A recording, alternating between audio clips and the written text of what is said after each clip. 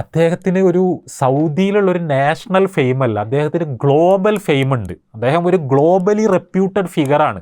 ലോകത്തിൻ്റെ എല്ലാ ഭാഗങ്ങളിൽ നിന്നും ആൾക്കാർ അദ്ദേഹത്തെ കാണാൻ വരികയാണ്. അദ്ദേഹം ഉനൈസയിൽ ജീവിച്ചിരുന്നത് മണ്ണിൻ്റെ ഒരു കുടിലിലാണ്. ശരിക്കും നമ്മളൊരു ഇൻക്രെഡിബിൾ എന്നൊക്കെ നമ്മൾ പറയേണ്ട ഒരു കാര്യമാണത്. അതായത് വലിയ മണിമാളികകളിൽ ജീവിക്കാൻ ഒരു പ്രയാസമില്ലാത്ത ആളാണ് അദ്ദേഹം. അതായത് സൗദിയിൽ ഇപ്പോൾ ഹയ്യേല അംഗമായ ഒരാൾ, അത്രയും റെപ്യൂട്ടഡ് ആയ ഒരാൾ, ലോകത്തിൻ്റെ എല്ലാ ഭാഗത്തുനിന്നും അത്രയധികം പൈസക്കാരൊക്കെ ഓരോ പണി ഒഴിവാക്കിയിട്ട് അദ്ദേഹത്തിൻ്റെ ക്ലാസ് കേൾക്കാൻ വന്നിരിക്കുകയാണ്. അദ്ദേഹത്തിൻ്റെ കയ്യിലേക്ക് നേർക്കുനേരെ വരുന്ന പൈസ എന്നുള്ളതിലപ്പുറം അദ്ദേഹം ഒന്ന് തലയാട്ടിയാൽ അദ്ദേഹത്തിന് എന്തും ചെയ്തു കൊടുക്കാൻ തയ്യാറുള്ള മനുഷ്യന്മാരാണ് അവിടെ ഇരിക്കുന്നത്. പക്ഷേ അദ്ദേഹം ജീവിച്ചിരുന്നത് വളരെ ചെറിയൊരു മണ്ണിൻ്റെ കുടിലാണ്.